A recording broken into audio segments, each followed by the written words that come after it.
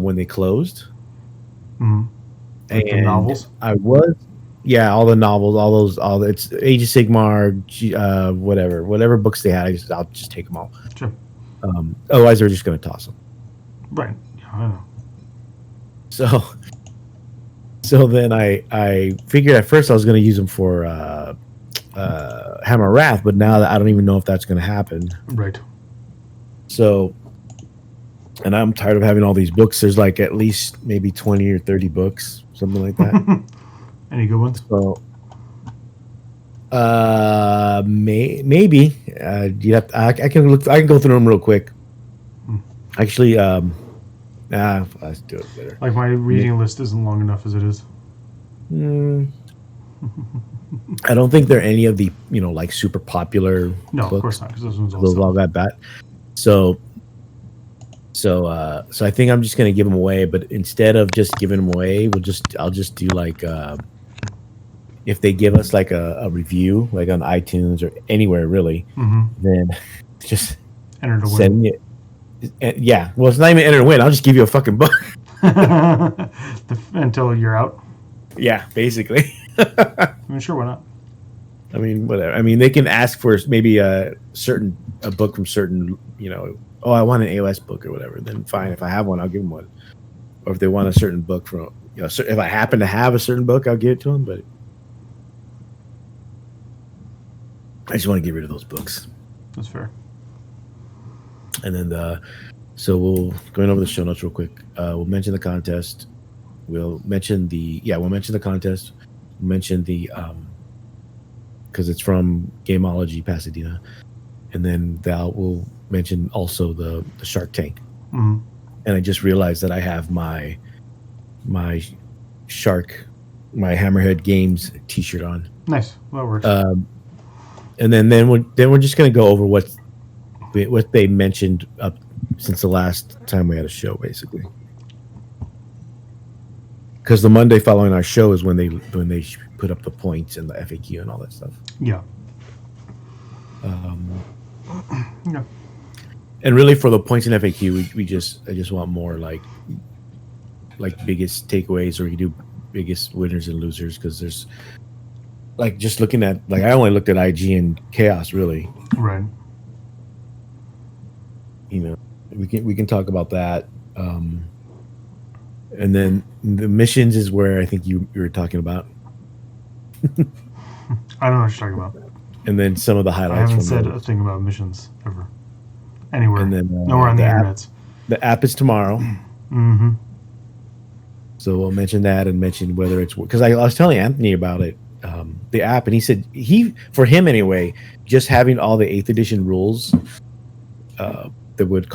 he would subscribe just for that. Right, yeah. I mean, yeah, I would agree with that. Because that's a lot of information. Mm-hmm. Gordrak wants us to bring Travis back. We didn't make him leave. Well, it's not. We could, I guess. I could. It's just a matter of scheduling. Yeah. And timing, because he's 2 hours ahead. I think he's 2 hours ahead, yeah. Yeah, so it would be like 10:30 basically. Mm-hmm. But I don't mind. No, of course not. Born again man child, hello.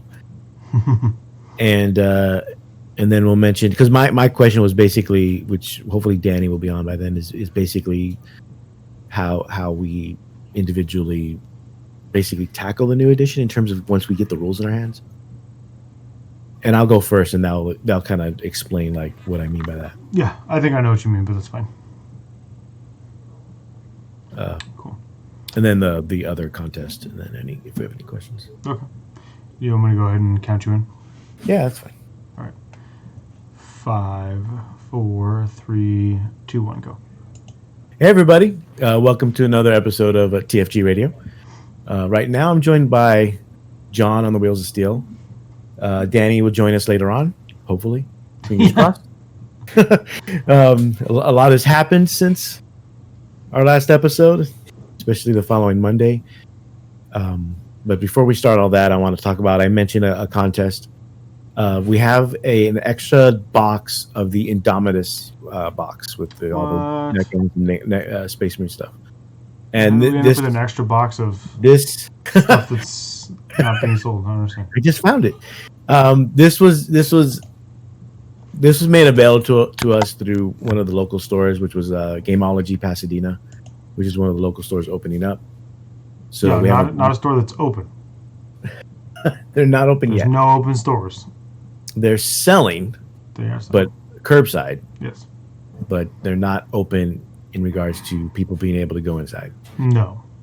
So the contest is for Patreons only, and the reason I'm making it for Patreons only is because we don't really advertise it very much to begin with, and we don't really put anything behind the paywall either. Like, it's not a paywall for us. It's just like all you get. There's a Patreon Facebook group that you become a part of, and there we talk a little bit. It's not as active since 8th edition, since COVID, but you get into that group basically, and you get to talk to all of us at any time, whenever you want, and put questions in for the show.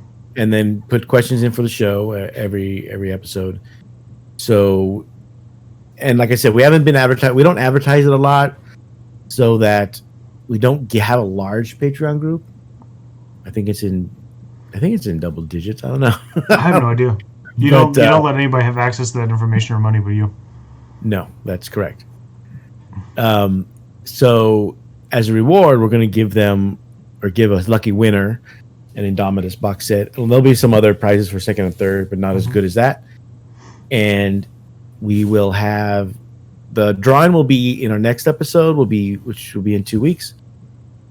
But what we'll do is for everyone that's in the Patreon or goes into the Patreon between now and the next episode in 2 weeks, on the first or on the second, I'll take all the names that are in the Patreon, and they'll each get one ticket per $1 that they pledge. And so we'll do a drawing live on our next episode for the winner and for some of the other prizes that we'll have in addition to the box. Sounds good. So and there's really only two tiers. There's $1 and $5. It's not that expensive. So for as little as $5, as little as $1, you can get the Indomitus, the $200 Indomitus box set. So just look up TFG Radio on Patreon, sign up. If you get to the $5 level, you get in the Facebook group. So you'll have that, where we have. I usually put, other than the Facebook group, I also on the Patreon put some of our outtakes from. If you only listen to the podcast, I put some of the outtakes, some of the conversations we have before we officially start the show. Gordrak's saying you can't raffle on Patreon. It's against the rules, but that's why we're going to use the people who are members of the Facebook group for the raffle and not people who are our Patreons. It just happens to be very similar people. Yes.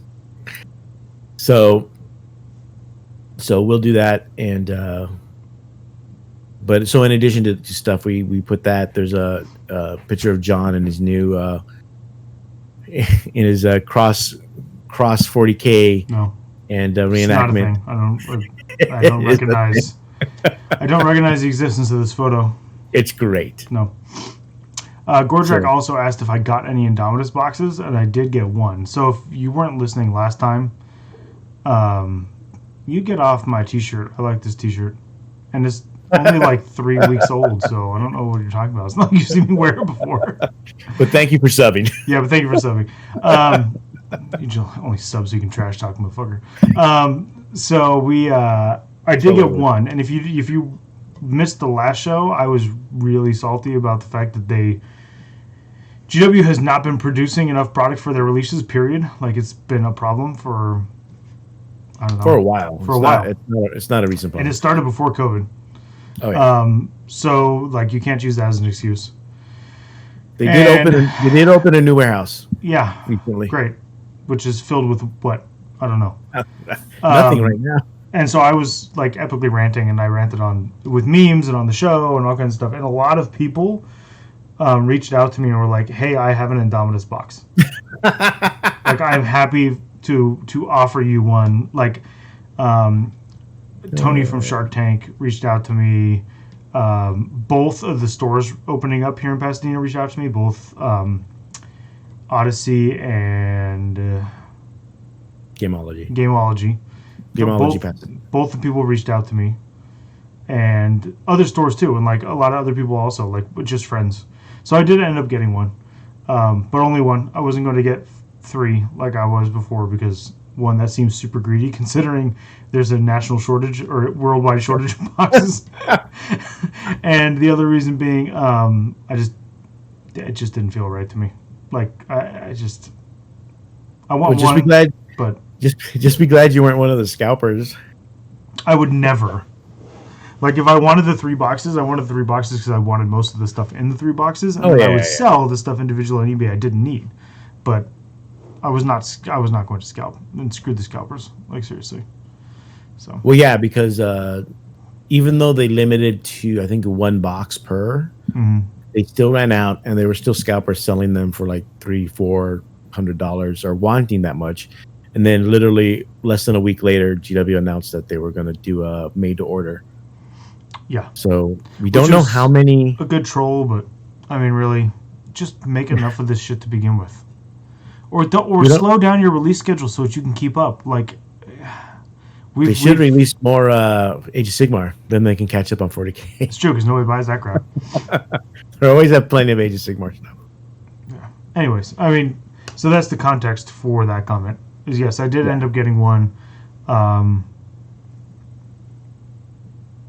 guess I can get it on Saturday. I can go pick it up, I think is what they said. So. Yeah, Saturday's the official release date, so everybody's picking up their stuff. You know what I didn't do? I forgot to order the books? Yeah, the chapter approved books. Oh, God. Like the missions and stuff. I bet I can just buy one over in there. I doubt they're... I don't think those are out of stock. I don't think so. But you did mention Shark Tank. For those that know, as the shirt I'm wearing, Hammerhead Games has been a sponsor of ours for quite a while now. Yeah. And they just opened a store called Shark Tank in Sacramento. It's Sacramento. So if you visit hammerheadgames.net, they'll probably have a link to the store. So and you look for the Shark Tank on Facebook, I think. I think so. I'm part of it. I don't remember what the name is. Yeah, I don't know if it's a private group or is it a public group. I don't know. But you can definitely look for the store. The store is opening. Yeah. And Tony from Hammerhead Games has been a huge supporter of ours for years. Like when 8th edition came out, and we did the 8-hour stream day, he sent like all kinds of stuff from Hammerhead, tokens, all kinds of things, and he was like, just give it away. So we gave away tons of stuff that day from him. And he wasn't expecting he didn't charge us anything for it at all. He just sent it all to us. I didn't even pay shipping. I had this giant bag of stuff on my doorstep, and we got to give it all away, and it was awesome. So he's been a big supporter of our show. Sometimes he's in the chat. So if you can throw in business, throw in business. Yeah. So congratulations to Tony on that. Hopefully things will pick up once all this blows over and things go to semi-normalcy. But we have another contest coming up, but I'll mention that towards the end of the show. That's a bit more involved. No, we don't. But that's more for everybody. Oh, it doesn't involve me in any way, right? Like reenactment. No, that's end of the year. No, that's our end. The haiku thing. We don't do that anymore. Yes, we retired it. There weren't any good haikus left. That's annual. That's annual at this point. So many of the haikus are trash. We're going to skip it. Yes. No, they're the best. And you know, it's the best because I put that tag on it in Twitter, and then I get random likes and messages in regards to the haiku. It's best. Man, haiku, you're getting haiku nerds to watch the show? No, but or at least to so listen to the episode or go on Twitter and see what it's all about. But speaking of the new Twitter, I feel so dirty. We have a Twitter, but all it does is retweets when the episodes come out. Twitter's such a ridiculous platform. It's the weird. The older I get, the more I'm getting curmudgeon-y about it. It's just come on, So stupid. This person with the blue check mark who has 70,000 followers tweets something and it's like news. Who cares what you tweeted to 70,000 people who think like you? Someone did call our show the was it Statler and Waldorf of the who were the two Muppets, the old man Muppets. Is it you and I, the old Muppets? Basically, yes. Nice. That's what they called our show. I'm okay with it. Whatever. More or less what it is. Those are the best Muppets. Yes, I once watched a 30-minute video of just their trolling of the show. If you had to pick as an adult to watch the Muppets, and you're being honest, you'd only watch those Muppets. Okay, maybe the Swedish Chef. Somebody said that in the chat. The Swedish Chef gets, but he gets old really fast. Like the bits with the Swedish Chef get old. If it just keeps going and going and going forever. But those old guys are the best. Absolutely. I'm so fine with that. We should add it in our tagline. I told him it was going to be our tagline. Especially this episode, because I don't know if Danny's showing up anytime soon, so it's just the two of us. Just the two of us. Well, it's moving on. So there's a lot of info coming out. We're recording on a Thursday. The new edition drops on Saturday. So things that we've seen so far, the Monday after our last episode, the points dropped for everything, including Forge World. There were a number of units. Can't Forge keep World. Things in stock world? Which is a joke that works for both companies? Funny you say that, because a lot of stuff is now missing from Forge World. Or not missing, but they're not in the points. Did they just ship it all to China and those people are selling it for them, or what? No, you can't use it if they can't. Even if they make it, you can't use it. So, like for instance, like there's a Death Corps list that adjusts all the points, but there's no points for Renegades and Heretics or the Elysian Drop Troops. Oh, or Adam. For those ones, I know I have to play them as regular guard, which is fine because then I have more weapons I can use. If I play them as regular guard, then you actually have a chance of winning, so you won't have an excuse when you lose. No. For all these events that we're going to go to. Eventually. Mm-hmm. Hopefully they'll have an index list or codex. Index, codex, or codex by the time we start playing again. But things like that. The Charybdis is not in that list. Which is funny because they still make that model. All the people who bought Charybdises in the beginning of 8th. Well, luckily I sold mine. You did? And by sold, I mean the guy I lent it to kept it for like a year and then just gave me money for it. Okay, well, that's fair. It's not like you were going to use it, right? At the time, no. He had an idea to use it and then just never returned it. Mm-hmm. And from what I hear, it was pretty trashed by that time anyway. Nice. So, the Charybdis is put it in a box after you lost a game and stomp on it? I wouldn't be surprised. It's a bit more sturdy, though. It has all those spikes. I don't know, John, is there anything that stuck out to you from the points? Yeah, Custodes didn't get screwed, and mobility is big. And I think Custode bikes might be a decent list again. I said that on 40K today, earlier this week.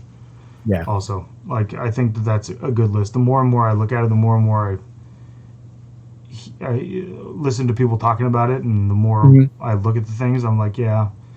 Mobility is definitely big, which is why I bought the 3 Impulsors. And why I was pissed that I'm not going to have 9 of the Outrider bikes from the Dominus set. God. I'm pretty sure there's people out there that will sell their half.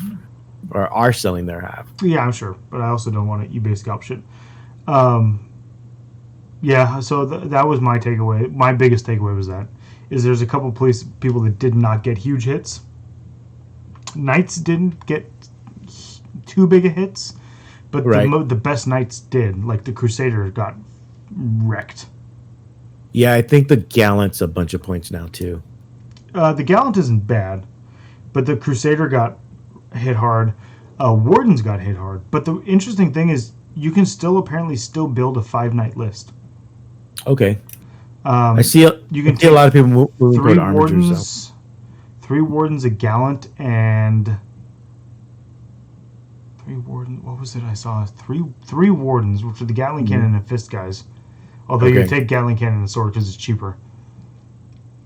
Gallant and what was the other one? I don't think it was a Crusader because they're so expensive. And it's definitely not one of the Indomitus classes. It's definitely not the Not a Castellan Paladin? or the Valiant. Although the Castellan is... Raven Castellan is actually good again. Although it's still very costly. The Acheron, the big flamer Forgewood Knight. Yeah. That thing's awesome on a short board. 17-inch move, if you give it the right House and Warlord traits. 17-inch move because of it can advance and shoot if it's Raven. And then 18-inch flamer. And you can use advanced Land Strider, and you can use full tilt for charge first turn. Like, it's just insane. Yeah, I was curious about, because a lot of people when we were first seeing the rules and stuff, they were saying how knights were screwed. Yeah. But I think that they're not going to be what they were, which was like, you're going to find knights in rounds 5 and 6 you'll have to fight. I think that they'll win. They might go undefeated the first day of a big event and then lose pretty quickly second day. Okay. So there's still a gatekeeper. But then? It'll also depend on, like, if you're going deep into a meta where it's MSU, how much anti-tank are you going to bring? Oh, right. On the opposite side of that, if things like dreadnoughts are actually really good, like people were saying they are, well, then there are going to be things out there to kill your knights. Yeah. So I think it really depends on how the meta develops, and we don't have any idea how the meta develops. We don't know. that might be more regional. Yeah, I think so too. Even more than before, because there's just, like, I'm trying to build a list. One of the lists I'm trying to build is a guard list, because I'm going to use renegades basically, but I want to play an armored fist list. Do I put in Ogrins? If I put in Ogrins, they're like the only thing on foot, like a unit. So it kind of defeats the purpose for me. But I was looking at one list that someone had where it was like 3 tank commanders, but they all were demolishers, chimeras, a few chimeras, armored sentinels, things like that. So I don't know how good. I know they'll be fast, especially on a shorter board, and they're tough because like the tanks are T8. I did a list that had all that, but also had like 5 units of special weapons guys, all with plasma or melta, and then because you can put them in reserve, and you can put 5 units in because they're only 2 CP each for 2 power level, right? For only 3, I think. So you can do basically all those units for like 1 or 2 CPs, depending on how many I put. So then I can just bring them in whenever, and I can either use it for board control to, like, if I took one of the secondaries that's basically 1 unit in each table quarter, right? Or I can use them for anti-tank or anti-infantry or anti-heavy infantry, something like that, depending what the loadout is. Yeah, that makes sense. And it saves those small suicide units for later, because I think they can come in on turns like 4 and 5 after turn 3. It's also going to be interesting to watch, like, if Space Wolves are actually decent because of the Dreadnought thing, or because of the Terminator thing, because they can take units of Terminators that have Storm Shields and Storm Bolters. That's funny. Which is crazy. Like, I mean, it's cool, but it's like crazy. Like, I just don't know where it's going to go, which is nice. Yeah. For once. Yeah, that's the same thing. I don't know if that list that I'm making, because my list also includes 2 Wyverns and 2 Deathstrike Manticores, those are like 2d6 shots. Then the Wyverns are 4d6. 1 is strength 4, 1 is strength 10.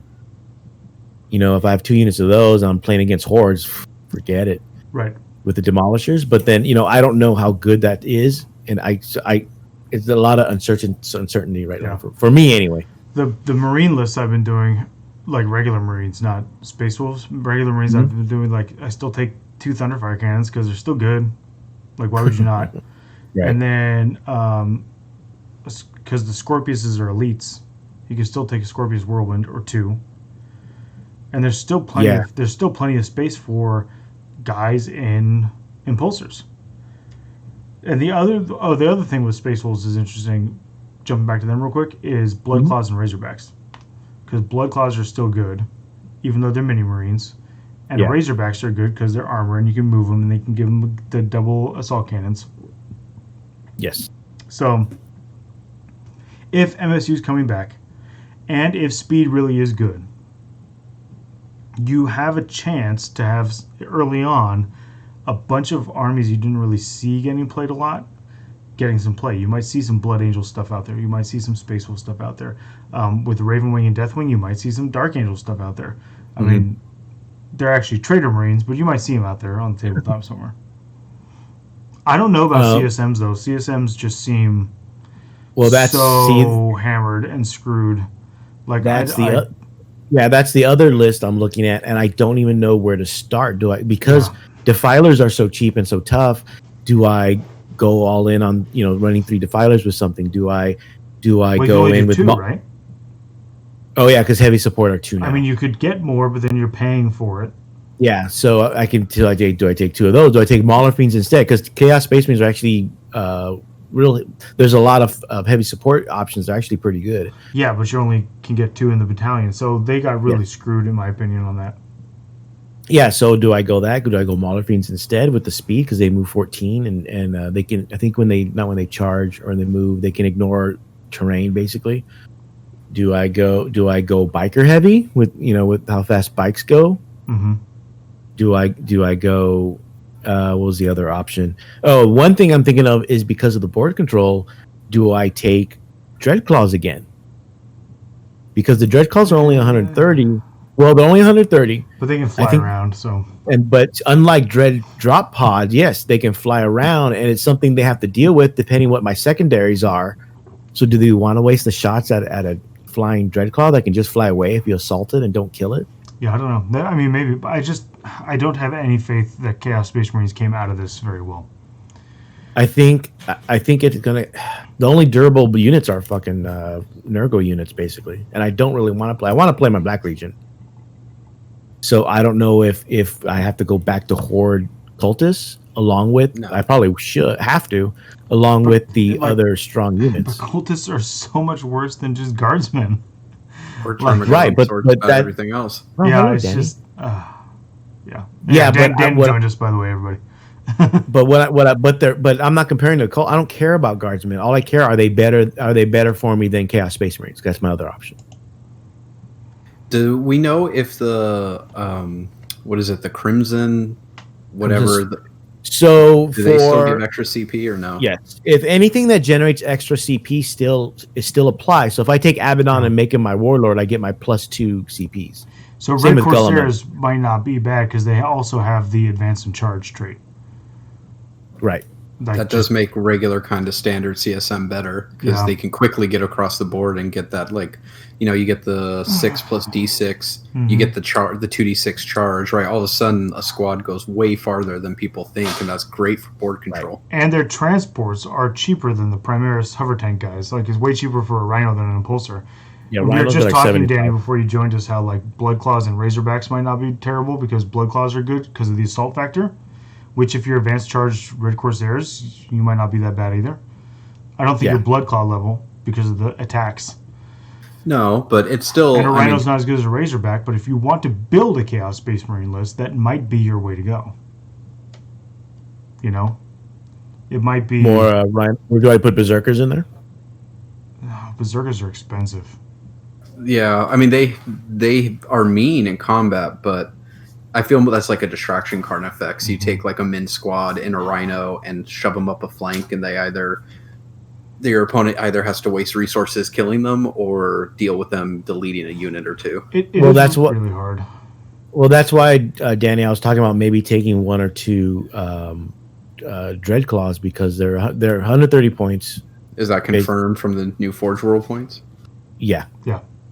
They're 130. They don't pay any extra for their gun or anything like that. And then you just put them in the backfield. And depending what secondary I took, if I take the one basically ground control, where I have to control 4 corners or be in 4 corners, then they have the same option. They have to deal quarters. Quarters. What did I say? Corners. You said corners. That'd be demonstrably worse.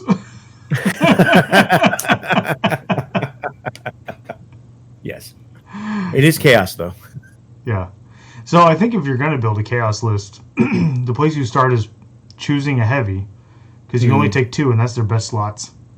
Yeah. And, I mean, honestly, 2 Defilers isn't bad because they are cheap, and you're going to want other stuff to help out that army. But I don't know what else you take. Like, your Terminators don't get Storm Shields, so they're not as good as Terminators for Loyalist Marines. I'm just happy we're actually talking about Terminators in reality for once. For their points, they're great. I mean, well, yeah, they're much cheap. They're cheaper than the Loyalist version. But if you just need them to stand on an objective and just be annoying. And that's what they do. I mean, because if they're an objective, especially if you can get one that's in cover, you know, or 1+ save, right? Maybe 1+ save, -1 to hit, right? With the 5++, you know, and they still fight and shoot okay. It's not great, but it's, you know, not bad either by any stretch of the imagination. Yeah, for sure. But I keep coming back to things in my head, and then I keep realizing, no, that's a heavy support choice. Yeah, the two heavy support choices is hard. Havocs, no. Yeah. I mean, 2 Blitz squads, but then you got to kind of build for them because you either need to get them rerolls or you need to protect them because they're so points heavy. Yeah. I mean, they do great work, and then you get to have the fun of having to roll for them one at a time, each one for everything. Yeah, the issue with if I did Crimson Slaughter would be especially if I wanted to do 2 detachments. Red Corsair? Yeah, Red Corsair. No, Red Corsair. If I want to do Red Corsair, then the issue is the fact that I have to pay for that extra detachment, and that takes away from the command points you get from running Red Corsair. But maybe that's where it's at. Sorry, Danny, go ahead. Yeah, I was going to say, I mean, we're probably going to say the same thing. I mean, you're still coming out ahead. Yeah, because you're getting 2 detachments, but still have 12 CPs, right? That's good. Right. Yeah. That is actually something that's interesting to look at, because you can add those heavies that you really want, and really, it's a wash because you're Red Corsairs. Okay. Yeah, and you take 3 5-man squads and you give them chain swords, right? And they're just there to hide. And then, you know, mid to late game, they're just all of a sudden they go, 12, 18 inches across the board. And, just be real fucking annoying. Yeah, before all this, Danny, we were talking about the points when the points were shown to everybody and what we thought were like the biggest thing about the points. And I just mentioned how some units, like for Forge World, especially for Chaos, a lot of units are missing. That's why I mentioned the Charybdis, which is funny because which is funny because they still make the model. Venerable Chaplain Dread. Oh, I'm sure you're sad about that, John. Yeah, fuck those guys. Yeah, I haven't seen. You know what I am happy about? I never actually built mine. I almost bought 2 of them from Danny Kwan. I have all the arms and stuff for the ones I was going to do, and then for the one I was going to do for the Astral Aim double las cannon missile launcher Grey Knight one, which actually that's still not a bad option, especially with the way terrain's working now. And Astral Aim Dreadnought for Grey Knights isn't bad, but the rest of the Grey Knights kind of got nerfed a bit. But I didn't actually build either of those, so I can just turn them into Space Wolf Dreads because Space Wolf Dreadnoughts sound cool. Right now. Right now, yeah. And I already have Bjorn and Murderfang. Murderface. And I think I have a third Space Wolf Dread. But I don't think I built it as a Wolfen Dread. And Wolfen Dreads sound like they might be cool. So we'll see how I do that. I mean, Space Wolves have a lot of different dreads, so you could do kind of a dread-based army with them that's not too bad. I mean, at this point, it's the beginning of an edition, so you never know what's actually fucking good. Yeah. Yeah. You could show up with the list and raffle stomp a bunch of people and be like, "Oh man, I thought this was funsies." I just took a Dreadnought list. I didn't know it'd be good. All I do is put my Orc Canwall on the table. Oh, I think the Leviathan's like almost, I want to say 500 points, but it's a lot of points. The double Storm Cannon Array one went up like 50, I think. 50 points? Yeah, but it's still worth it. Something like that. It went up. But I think it's still worth it.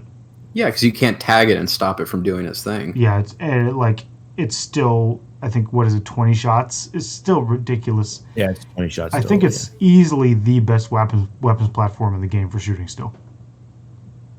It's a lot of shots at strength. Daredevil might be instead, because it has a lot more. Daredevil has a lot more guns. It's more expensive, though, isn't it? No, I think the Leviathan's more. Leviathans are more expensive. Really? They're like the most expensive Dreadnought kit, I thought. Well, I'm glad I didn't get rid of my Leviathan though, and my double. Well, no, because I think the Storm Cannon with the chassis is I want to say almost 500 points. I thought it was like 450. No, I think it's more now. I'd have to That's check. still a lot. That's still almost I agree. quarter. That's a night. Quarter of your army. Yeah. That's a night. Well, we did talk a little bit about knights, Danny. I was talking about how you can still get 5 knights in a list, the 5 big ones. Oh, were they all melee? No, the wardens and melee knights, yeah. But the Crusader went up too many points. It's not really worth it. But a Raven Castellan seems to be okay now again. So yeah, with the advance and still shoot, and that's I mean that's a lot of movement. I wish we could do a stream this weekend because I would love to put my knights on the table. Do a Castigator. Give them a go. Yeah, Castigator, Valiant, something else. Yeah, not the Valiant, but I think the Raven Castellan could come back. You want the harpoon? I always chase that, but really, I like the flamer on that thing. The conflagration cannon's amazing. It's great, but I was saying with the Castellan might have its time in the sun again, just because if we actually really do move to like a multi-wound infantry, lots of vehicle or hard target things, that's what the Castellan loves, right? Like. Yeah. That's absolutely everything it wants to see. It's like, holy shit, you brought transports? Yeah, I can see a Castellan putting down 3 Razorbacks easy from your Space Wolves and Razorbacks. Like, not even a problem.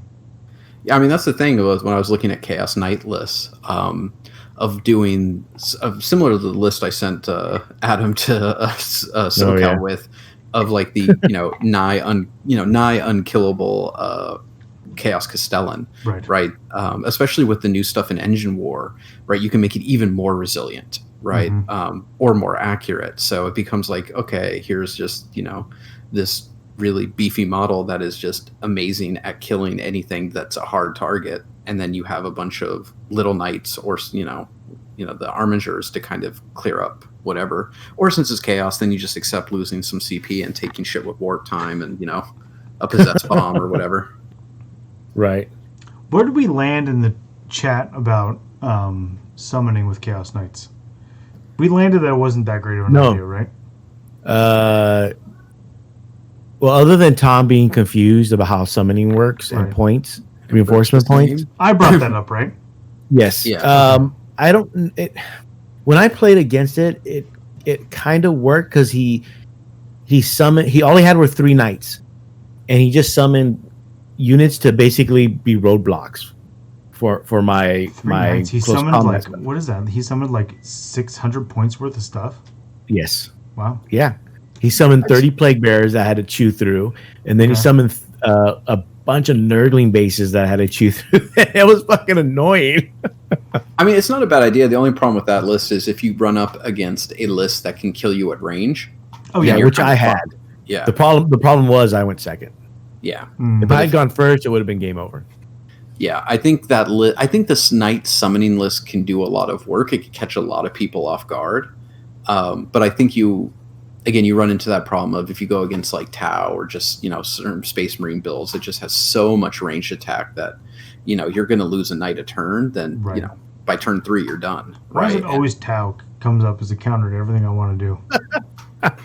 Because just hate it. Can we just get rid of them as a faction? We don't need the as a Trade Tyranny player. Trust me, we don't need Trade Federation and 40k. Get rid of them. Trade Federation. There was like a week where I was like, oh my god, I don't have to be scared of Tau as Tyranids anymore. And then it's like, oh, they still get to Overwatch like right the way they do it. So I was like, never mind. YOLO. Back into the shame closet. Okay. So John, I might just have to play Tau. You'll hate it. I mean, yeah, but will I win? Maybe. I don't know. I mean, against Scrubs. Tau is one of those armies that if you are really good with them, like Brian Pullen, right? Yeah. Like, it just seems impossible to beat. Yeah. And if you're okay with them, you'll do fine until you get to a good player who really knows how to fuck you, and you're just going to get outplayed. For sure, Jeff was going to do well last year's Bay Area Open with him. I mean, he did do well because he only lost 1 game. But when it comes to Jeff, when you say do well, you expect him to be like undefeated and get to the end, like at least get to the finals. Yeah. I think he just had a bad. I think his game he lost. I thought his dice just shit the bed, right? Like he just rubber banded, on something. So yeah, I don't think I can handle playing a game like a army like that. Well, it's the same thing with knights, right? Like, this is why I usually like hordes, is because when you rely on volume, right? Like the law of averages. Well, yeah, the law of averages is on your side when you're rolling like 200 dice in your attack, and you're shooting your assault phase. But when you're rolling like I don't know 40, and they all need to count, or most of them need to count, it's just you have one bad roll, and it's like, well, fuck me. Yeah. So, John, real quick, the Imperial Leviathans only like just under 400 points for storm cannons and heavy bolters.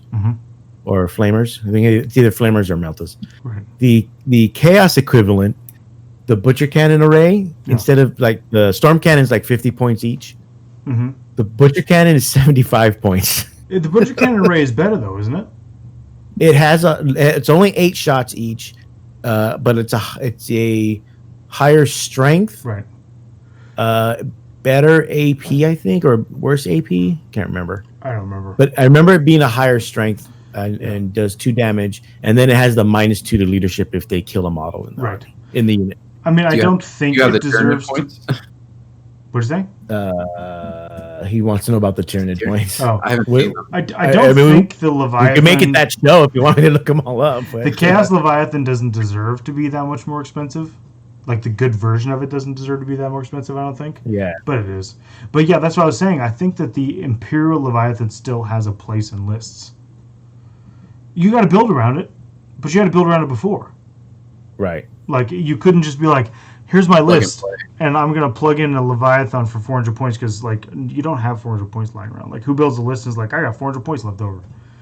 Playing Tyranids right now, all I tell you is I'm playing all of my lists. All of my list planning is 426 down, because that's a Neurothrope, 1 min squad of Rippers, and max Hive Guard with Impaler cannons. Because it's like, why would I not bring that? Yeah, but you're down those points because they're good. Right, but that's plug and play, right? Like, it's basically like, I mean, it's just like, it doesn't matter. Are you building Horde? Are you building Monster Mash? You're still taking that no matter what. Yeah, you're taking a Chronos Patrol with that, because you just want, up to 24 strength 8 shots, ignore cover, ignore line of sight, AP -2, damage D3, that hit on 3+, reroll 1s, and explode on 6s, right? Like, yeah, that's a lot of talking, and it all sounded good. It is. That's probably the only good thing in Tyranids, though. Like, legitimately, like, high level. Texas aren't going to be good because they can shoot. They're good, but like, shooting combat. They're a little. They got a. I mean, everything got a price increase, but they're kind of the DACA effects build. It's just. It's good, but I don't know how great Strength 6 is going to be anymore if we see lots of transports and less infantry. You can go to the Strength 7 AP -1 gun, but then you only get 12 shots each, and they only hit on 4, so you're only getting 6 hits, right? Like, mathematically, the Devourers were always better because of volume of fire, and I think that's still true. I have to rerun the math on different targets, but I think that will be annoying for people to deal with, but I just don't see it putting up to things like, Space Marines, right? Certain CSM builds, Tau, right? Like, I don't see that really going muzzle to muzzle with the heat I can make for other lists and be like, fuck yeah. Right. Yeah. So we'll see what else. They haven't really made an announcement regarding the units that were not listed. So we'll see. Legends. Yeah, that's what we're assuming. So, oh man, everybody's like, yeah, man, they're putting things in Legends, and people are gonna be like crying over Legends. Well, I know I am. I will see what happens with my Renegades and Heretics. They'll get their codex. They'll get a codex. We also got the FAQ the same day we got the points, the various FAQs. There's a few interesting things in there. One of them, especially that someone noticed, was the wording for the eliminators.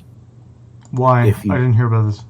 Because they changed the first sentence, and in the original, the first sentence is what gave them the with the execution rounds, I think it is. The first sentence basically said they can shoot out of LOS. Right. They can ignore line of sight. Yeah. Now that part's not even in the new sentence. So if you go by raw, then they no longer ignore line of sight. Well, yeah, if that's not in there, then it's not in there. Like, so I don't know if that's. A lot of people are questioning whether that was the intent or not, because people think it's a typo. Well, they think it's just a copy and paste, because there are a lot of other units where they have that same wording, like we replace the first sentence of the paragraph with this. Fair enough. So they think it might be a copy and paste error, but we'll see. A lot of people hope it's not, actually. I know, I hope it's not. Right. But things like that. I don't know if there's anything else, Danny, or if that jumped out from you from the FAQs. Not that I saw specifically. To be fair, I basically have been disappeared to Oregon for a while and then came back. I still haven't super caught up with everything. I did notice with the Tyranids things, we didn't really have any big changes, except it appears Synapse isn't changed because they didn't FAQ it. So that means we're still fearless. So Horde's still good. Yes. I don't think anything big on Chaos that I can remember. Or that at least stuck out. Those stuck out to me and to a lot of people was the Eliminators one. There's a few other things, but I don't think anything major.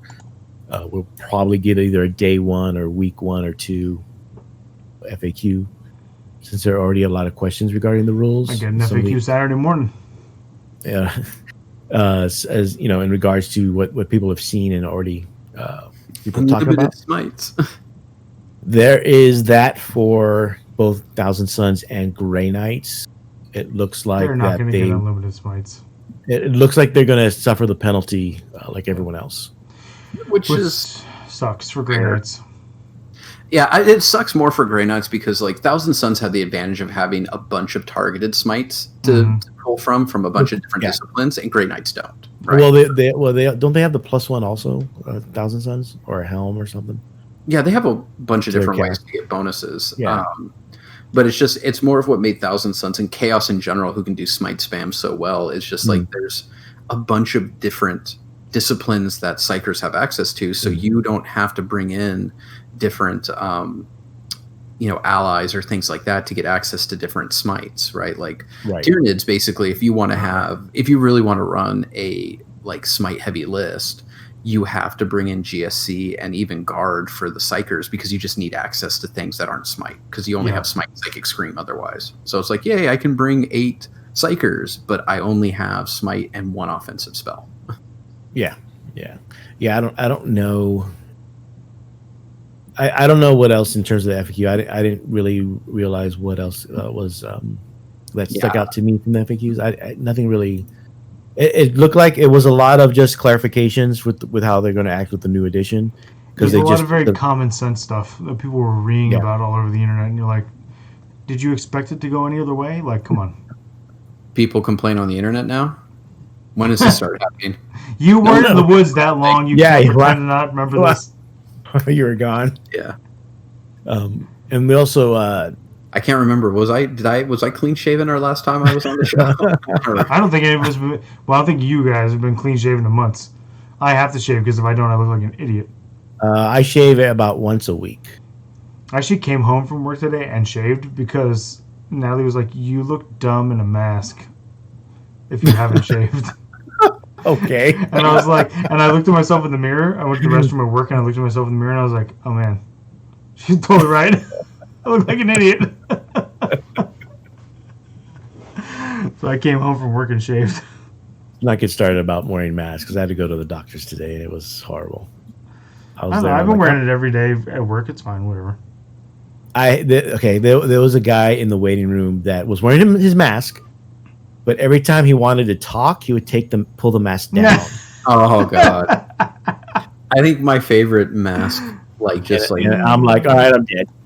Yeah, my favorite one was watching. I was at the grocery store. I got my mask on. I convinced my kid to be wearing his mask, right? Oh, nice. And I see just this woman with her mask on, with her nose exposed, of course. Yeah. And literally sits there, pulls her mask down, goes like this, and rubs her nose really hard, and then starts touching things. I was just like, oh, wow, this is why they say disinfect your hands. Right? You know what's funny is even before coronavirus, if somebody was to pick their nose and then start touching the keypads of the things in front of me at the market, I'd have been like, what the fuck?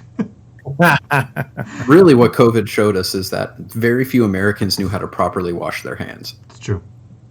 The best part is because at summer camp, everybody's like, man, how are you going to get the kids to keep their masks on? How are you going to get kids to keep their masks on, right? That's one of the things that people talk about on the internet all the time about schools reopening and stuff. We've had no issue with kids keeping their masks on. Yeah, my son started going back to school, and he's 4, and he wears a mask except when he's eating. Because kids, you just tell them, "Hey, you got to wear this mask because it keeps you safe," and kids go, "Oh, it keeps me safe? Cool."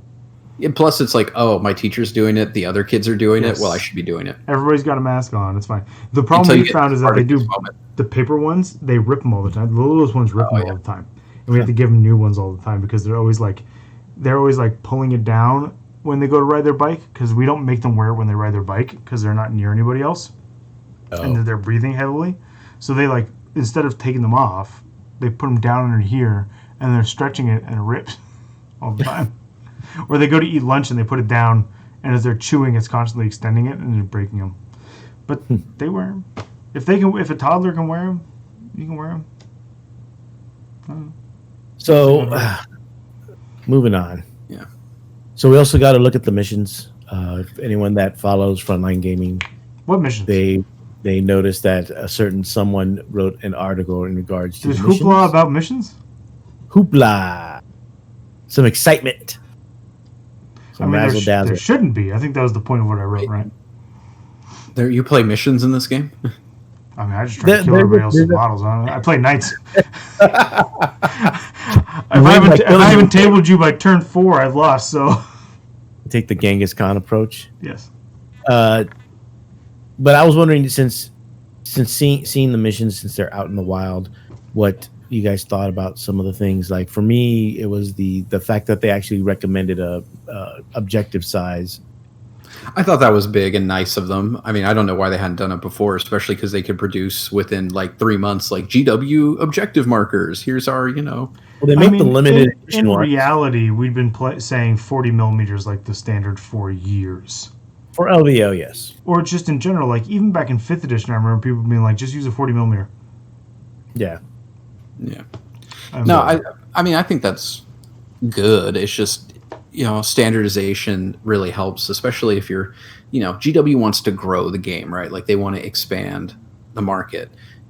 Have standardization helps, because the last thing you want is for some, basically all of our experiences of playing early in 3rd edition, where it's basically whatever game club you're going to plays the game differently, plays tournaments differently, right? And it's really actually an impediment to getting deeper into the hobby. I think I probably would have been more competitive when I was much younger if there was a standardized set, because it was weird to literally go to Aero Hobbies in Santa Monica, or then go to the Battle Bunker and be playing different games, right? With radically different ideas of how it works. Drastically different games at that time. You could join the, what was it called? The SoCal GW League? It was the SoCal GW League, yes. And they were playing practically a different game. There'd be guys in Game Empire while I was working playing SoCal GW League games, and they'd show up for Saturday for the tournament, and I'm like, how do you even know what you're doing? This game is so drastically different than the game you literally just played Tuesday night for your SoCal GW League game. It was like that with Fantasy too, especially towards the end, where you had all the different comp systems, where it's just what comp system are you using? Oh wow, that's a completely different game, because these armies basically don't exist anymore. Right. And you have to build where they nerf vampire accounts. And I'm as a vampire account player, I was what? But without my list in existence, so many other lists don't need to exist, or also so many lists are good. Right, it's just a totally different game. All Corn Demons. Oh God. Although I do remember, I think it was my first game of 8th. It was with Brandon Kading. I was testing my Wood Elves, and it was with the new spells. I remember he was playing his demons, who also did horrible things to me in 7th. But I cast the Amber Spear, right, one of the nukes. And I rolled high enough to where it was basically a super cannonball, and just one-shotted his greater demon, in general. And I was like, okay, cool. And he's like, well, best game. Re-rack. Yeah.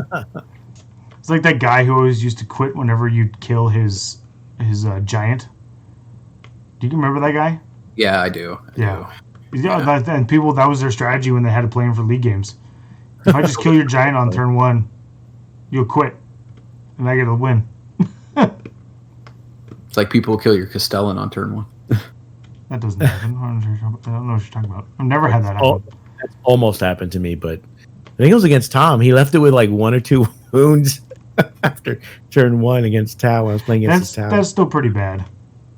have it down. Yeah, that's not so good. Hey, I still won that game. When you could give us the 3++ invulnerable, that should never happen. There's a reason that got nerfed real fast. I don't even begrudge that nerf. That was necessary. That's 100%. The one thing I miss. I wish we can still do. I mean, honestly, is seeing the Brohammer Iron Hands list against the Castellan pre-nerf list to see how it would go. They played that game. Oh no, I think it was Eldar. It was Eldar. They did eighth. They did beginning of 8th Yanari.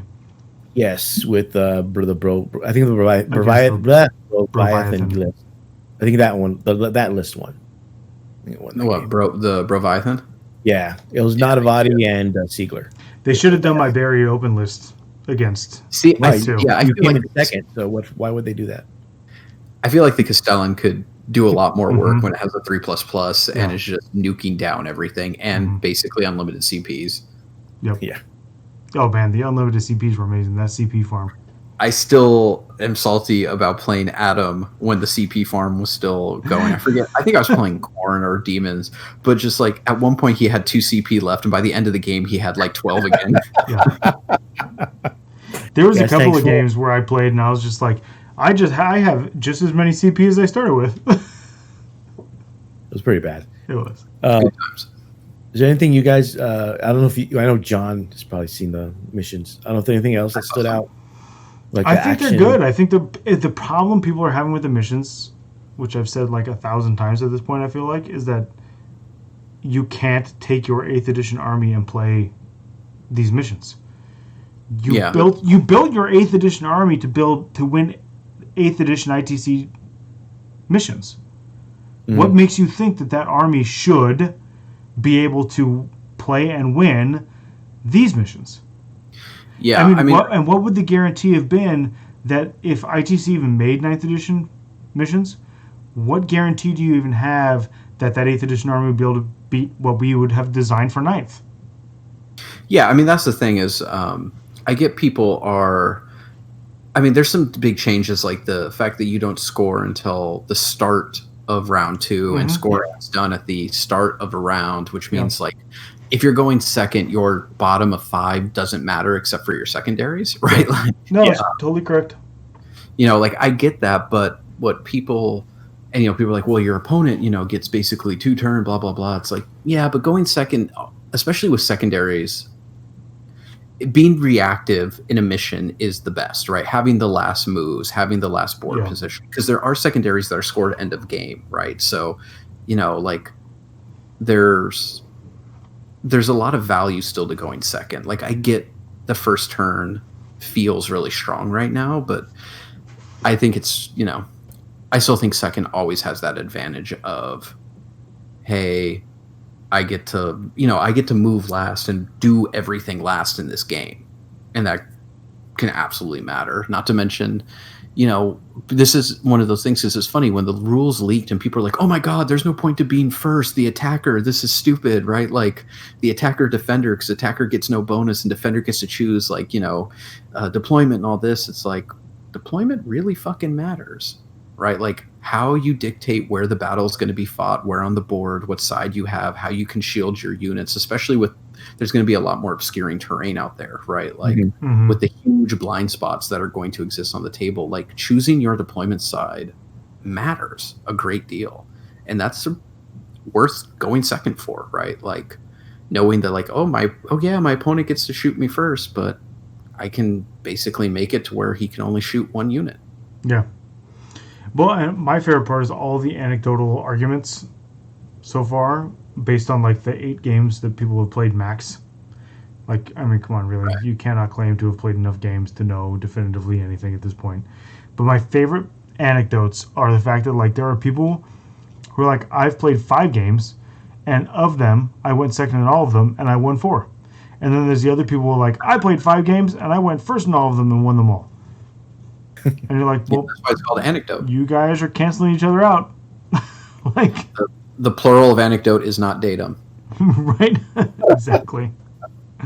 Yep. So yeah, I think I really have to look at the secondaries because I think I would lean towards, because you pick the secondaries before you have chosen sides, or before even who goes first and second. So I probably would lean more towards secondaries that allow me to score on basically at the end of my turn as opposed to this top of my turn. I agree. Yeah, I mean, I think and there's definitely some secondaries that are just like, unless you go second. But you don't know, right? When you're picking your second. Oh, right. Yeah. Sorry. I would try to skew towards the ones that would be okay with me going second, or scoring at the end of my turn. Not necessarily going second, but scoring at the end of my turn rather than the top. Right. Yeah, and I think when I'm looking at secondaries, I'm always going to probably pick, assuming like I am going, if I go second, I have an avenue to victory with all of these. And if I go first, great, then, I can still try and set that up. But I also think it depends on your list, right? If you're bringing, which a lot of people do, a heavy Alpha Strike list, then you have to pick secondaries to match that because, if that Alpha Strike fails, you're already lost, right? I don't know what you're going to do again, So I think it's going to be one of those things of, I think John made his most salient point was that the reason ITC missions, especially towards the end of 8th, were so good is because we had years of feedback, right? Like we were constantly refining, constantly tweaking. We looked at data before we had the Falcon, right? Like, I mean, those recent his surveys and everything else, we were constantly. That's not me. I don't know who that was. We were constantly like gathering data and refining and making it better and better and better. And you know what? GW, I trust, will do the same thing because they basically have the mechanisms that ITC has, right, to do that, which is gather data. If you see, if we see that clearly going first, you win 70% of the time in recorded tournament games, adjustments need to be made, right? If certain secondaries are never being picked or rarely being picked, adjustments will be made, right? And I think people need to trust that we don't know what 9th really looks like. In a year, it will be different, and I bet the missions will update to reflect the reality of what we've seen after a year of playing, right? Right, so, yeah. The other thing with the ITC missions was they were the standard because everybody just used them. Yeah.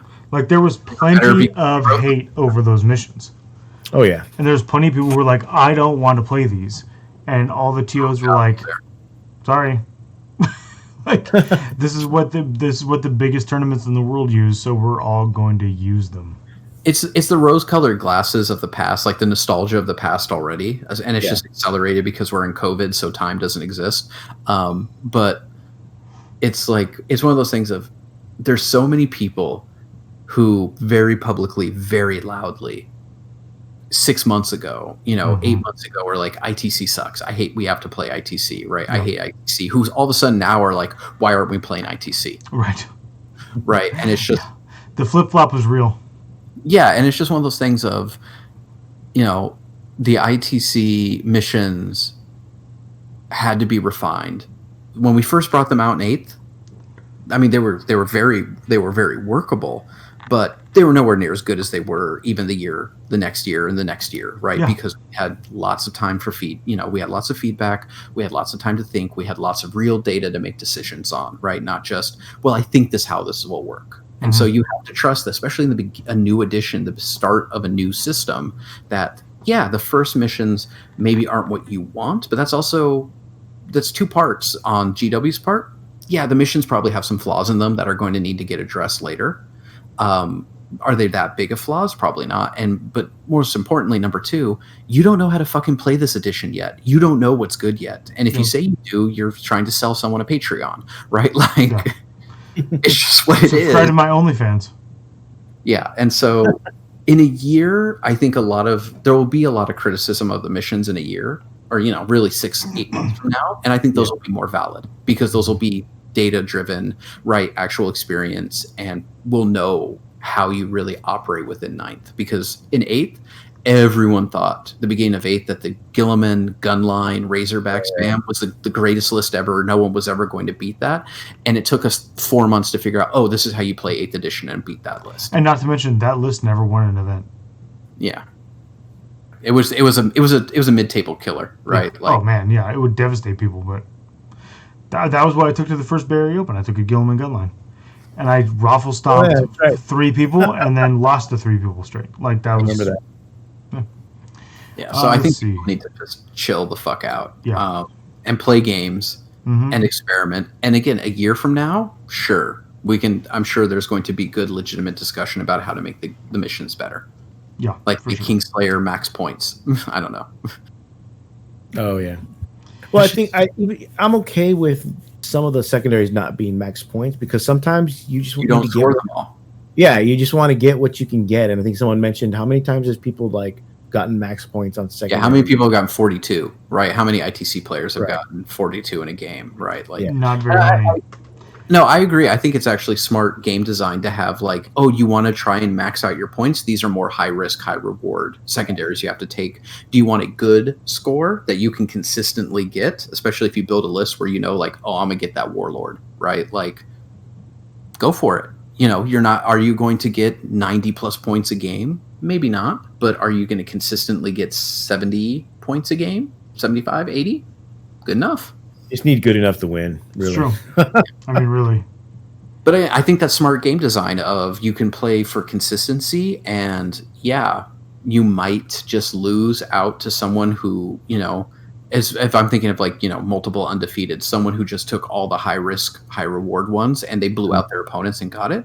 Yeah. Or versus you're playing a GT 6 rounds or a super major with, you know, 8-9 rounds. Consistency matters, right? Yeah. I think that's great game design. You can be really aggressive if you want and chase that fucking thrill, or you can build for consistency. Yeah. And especially with the way the character system works now, it's real easy to get Warlord if you build for it. Because you don't need snipers, right? You just need a way to clear out the bubble protecting the Warlord. It's true. Right? Kill everything within 3 inches of it, and guess what? Then anything else gets to fucking murder that guy. Yeah. One thing real quick that also was a lot of people noticed, and that Gordorak is mentioning, is the GW prohibiting specialist detachments from the Vigilus books, even though they stated that everything from the Vigilus books will be you'll be able to use. You can use in 40K, just not match play. That's yes. It's true. Unless they specifically asked about match play, they are technically correct, the best kind of correct.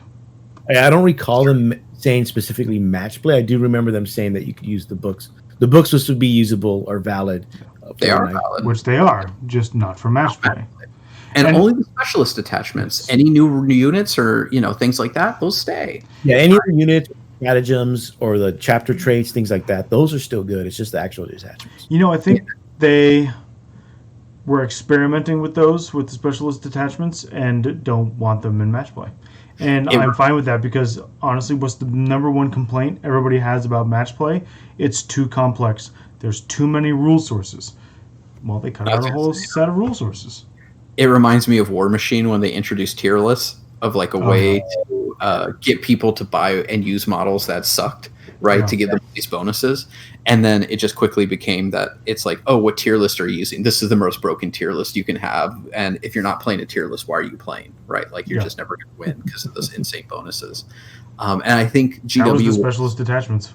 Yeah, I think they're finally smart enough to be like, these don't work in a competitive environment, right? Like it's too many rules to balance. It's too many synergies to have to be mindful of. And there's no way we can really keep track of that. Right. So just nix them, make the competitive, like the hyper competitive game simpler, right? And, you know, have at it. And I think that's great. I mean, this is some personal bias I will fully admit because I played Tyranids where we didn't get any fucking specialist attachments. But I think it's, you know, it's really nice to not have to worry about like, oh, well, I need Vigilus 1 and Vigilus 2 and my codex and my codex supplement to run my list, where it's like, cool, you just cut out 2 books. That's awesome. Right. Whatever. I need my Raptorial host. Yeah, I mean, you know, it sucks for armies that aren't as strong. Like, although to be fair, like, what specialist attachments did we see the most? We saw the Orc one for the Super Shock Attack gun, right? We saw the Emperor's Wrath for the double shooting, artillery.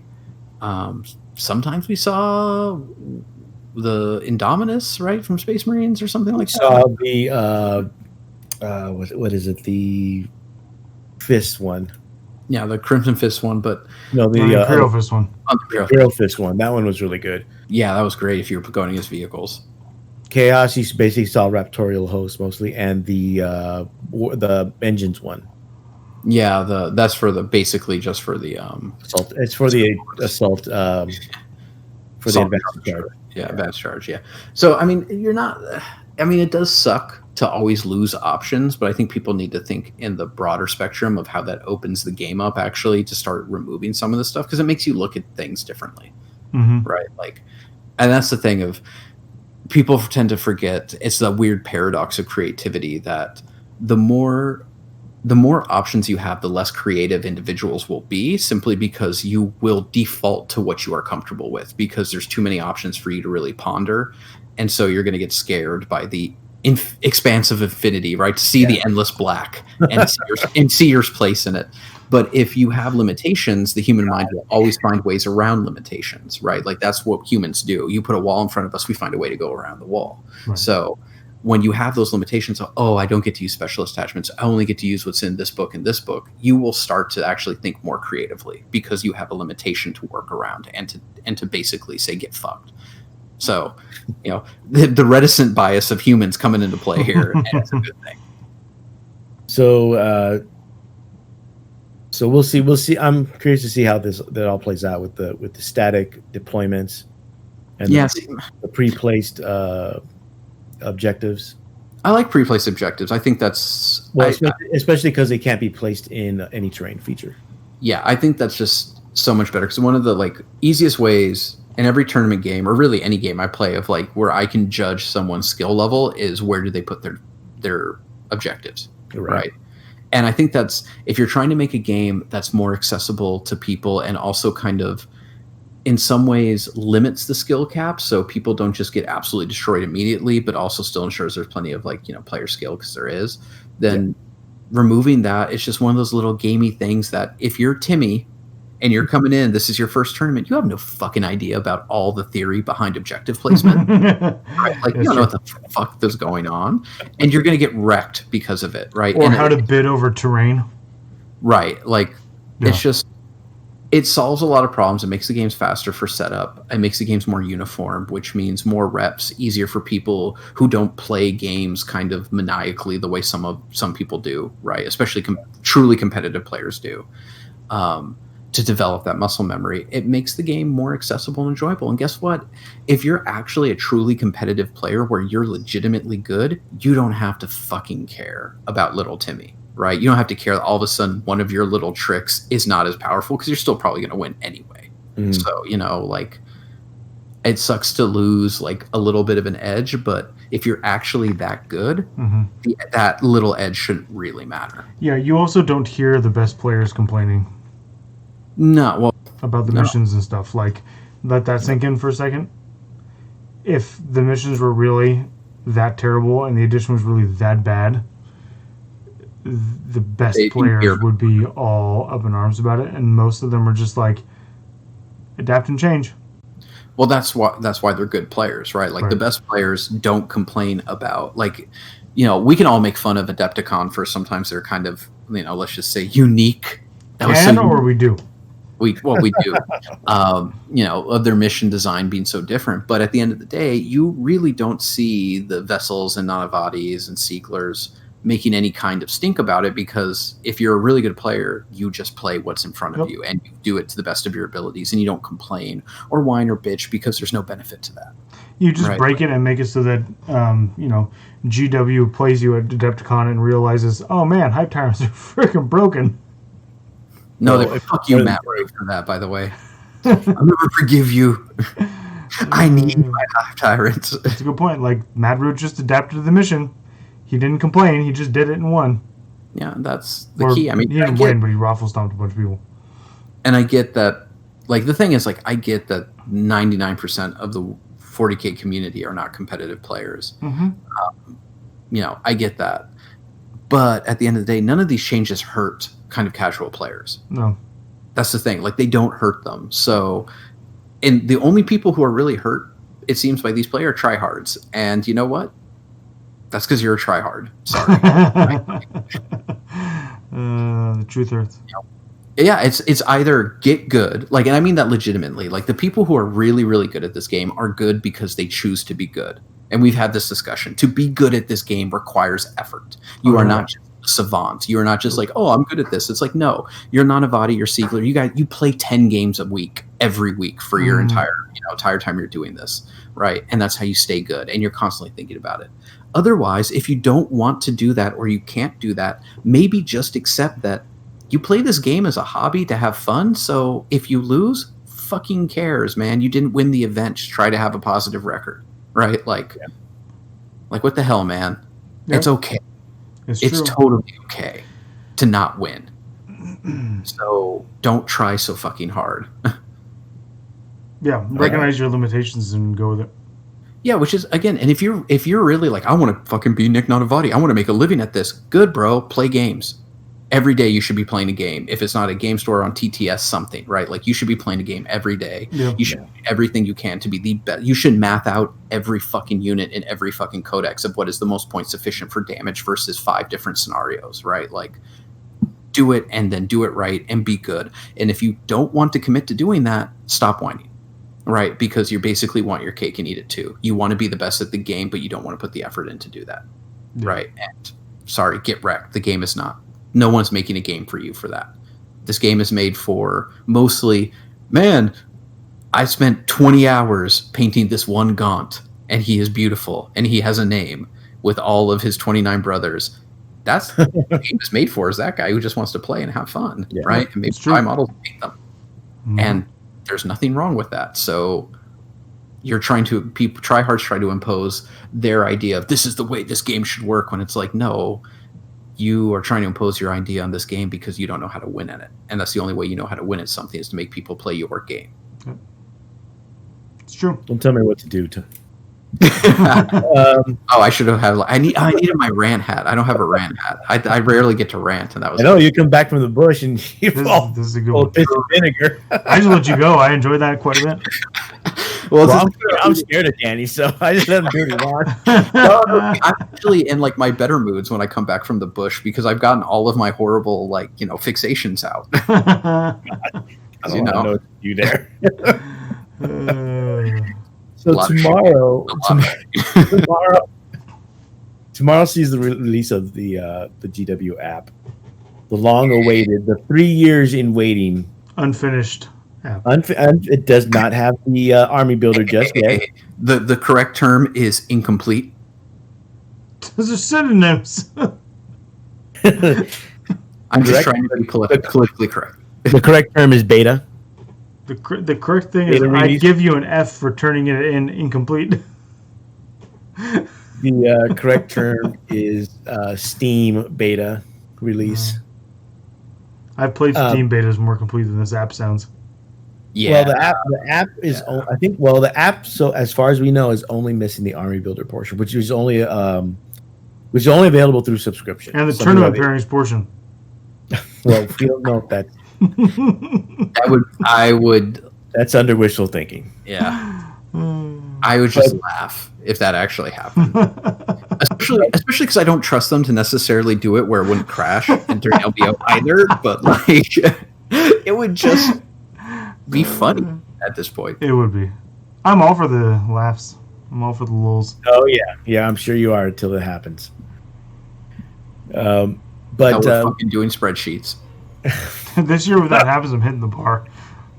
See, I find funny, just real quick, about all the memes of John doing the spreadsheet. Yeah. Of the slightly revisionist history here of the first person to sit down and start building a spreadsheet was me. Just after the horrible realization of looking at the BCP guys as they're basically I don't know what to tell you, and being well, let's start pairing round 2 manually, guys. Sit down and do it. Yeah. Yeah, that's true. You were the first one to sit down and start to do it. And it was never again. Never again. I mean, maybe next time if it happens, take a laptop with me to the bar and sit there and do it at the bar. No, Drink heavily.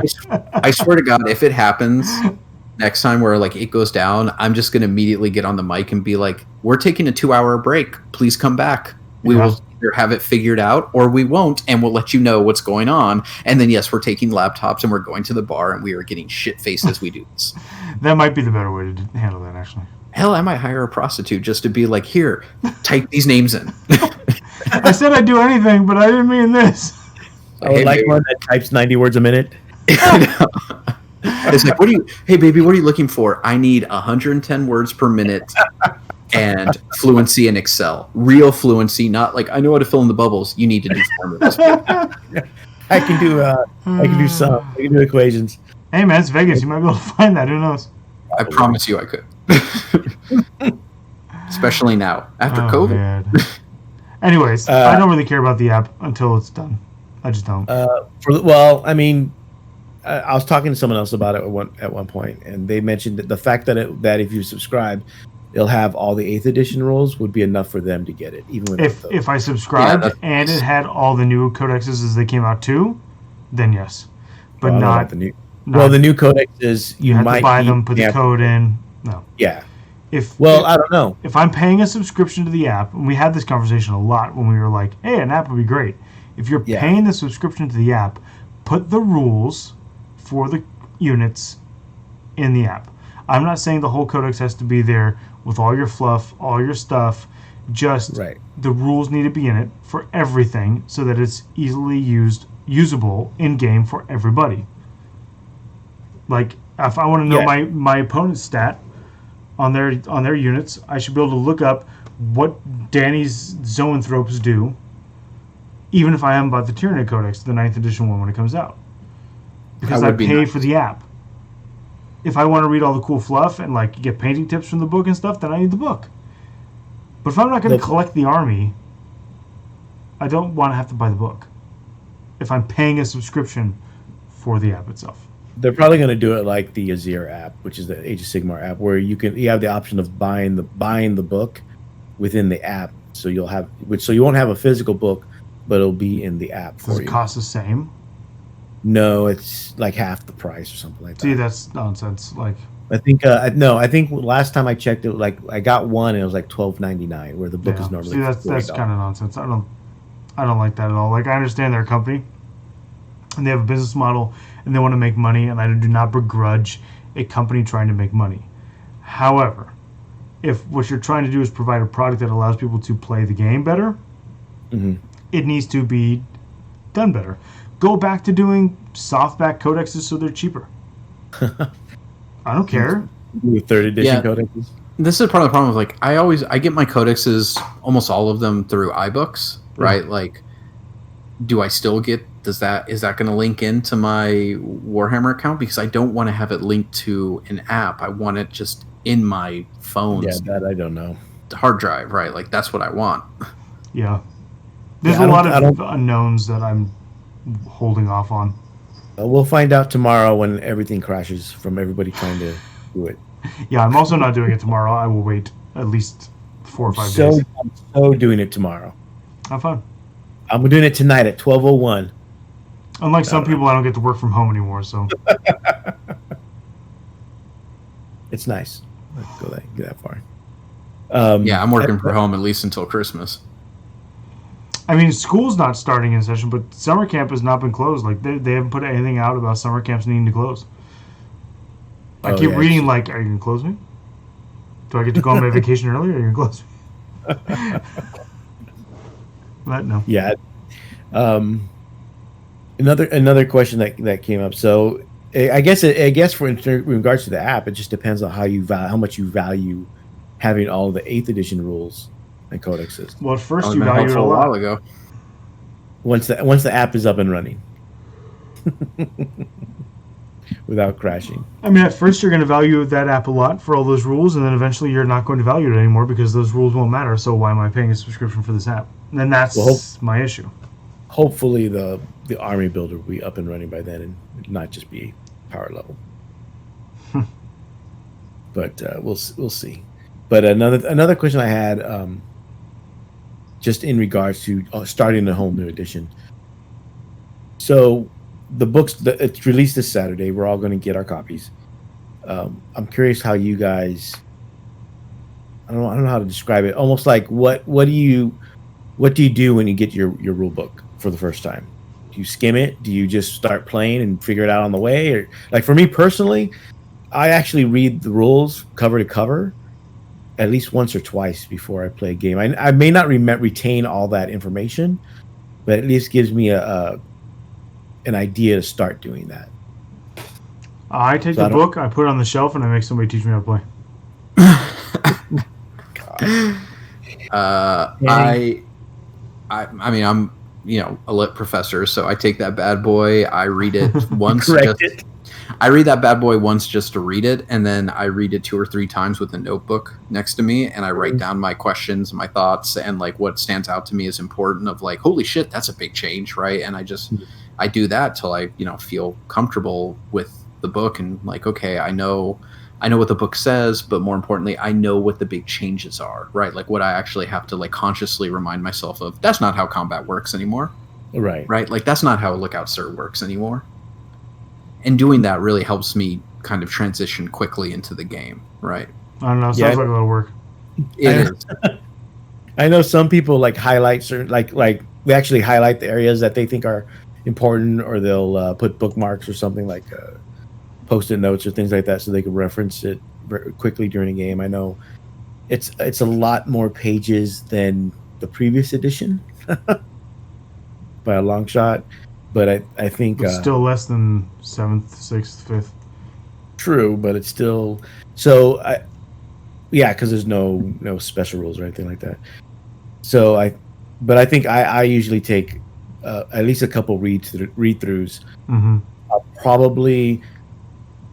probably do something so I can remember the terrain rules in regards to putting them next to terrain. Someone, like I know people are making little cheat sheets for terrain, so you can like make little tokens and put them next to the terrain so you know what it is.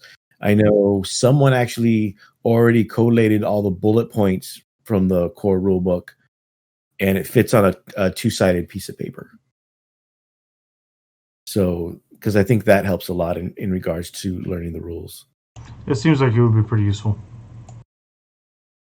So, and especially like especially once because GW has talked about having a section that talks about the more obscure rules or some of the more questionable issues that people have had with the rules. Right. So I'm curious to see what that looks like, and that will probably be heavily talked about afterwards.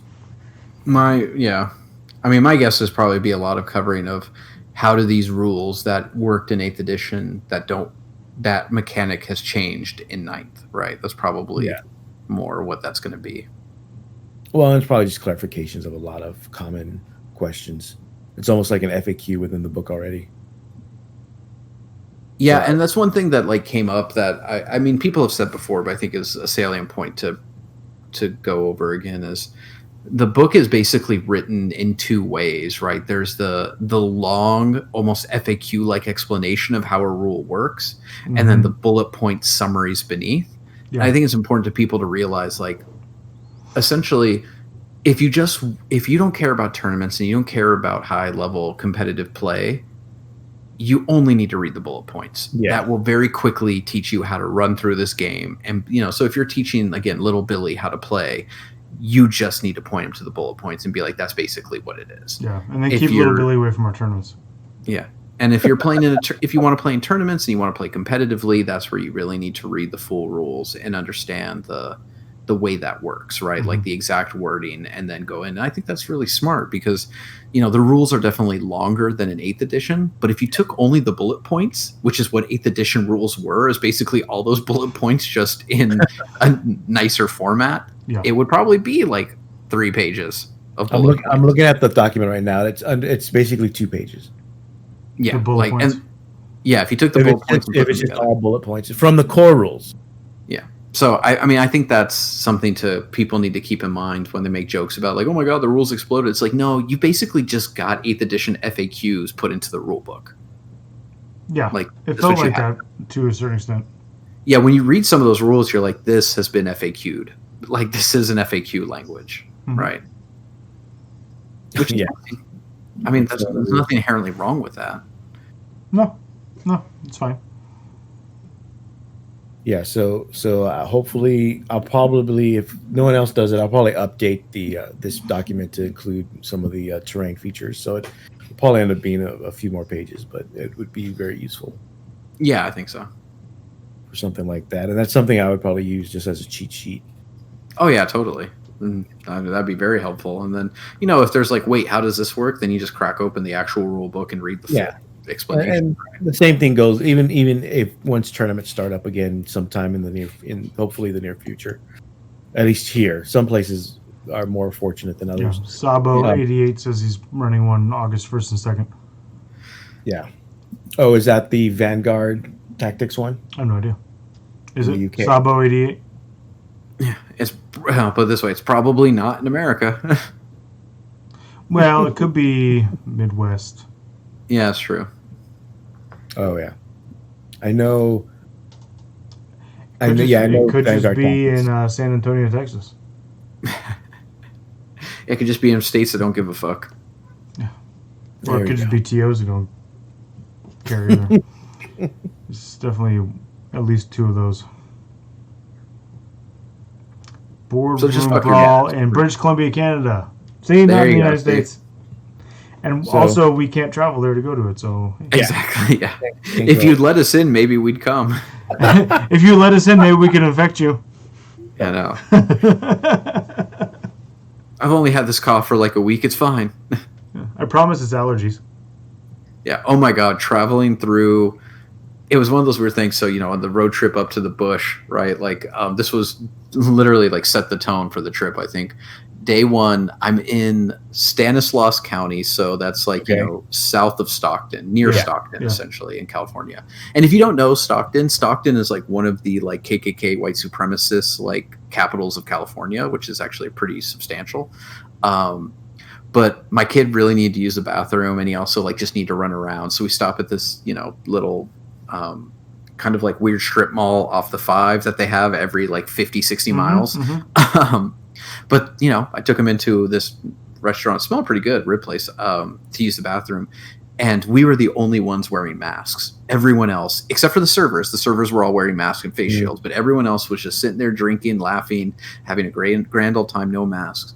And, me and him are masked up, and we're like walking in the bathroom. And there was just one guy where I was literally like, oh my God, I'm about to have that weird dad moment of I'm going to fight this man in front of my kid, which is a weird pressure, which is a really weird pressure, but just kept staring at us and was like looking at our masks and staring at us, with clearly like offended we were wearing masks. And I could tell he was like trying to work up the courage to harass us. And he was like doing the math in his head of like, okay, he's with his kid. That's not really cool to fuck with people with their kid, but at the same end, he's a dumb libtard who's wearing a mask, right? Like, and all of this.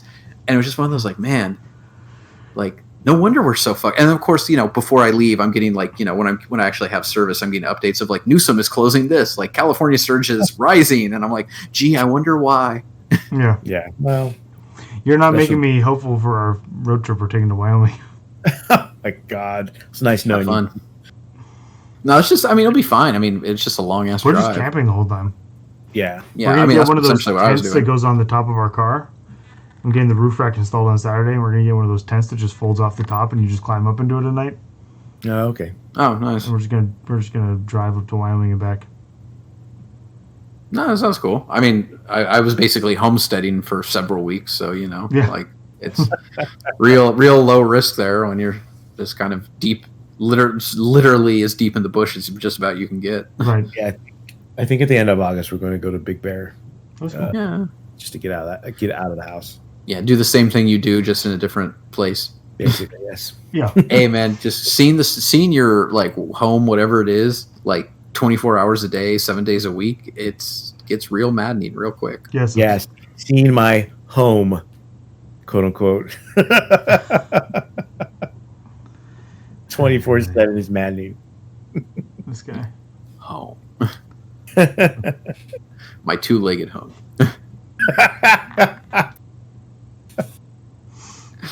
Oh shit. Okay, moving on. All right, what else?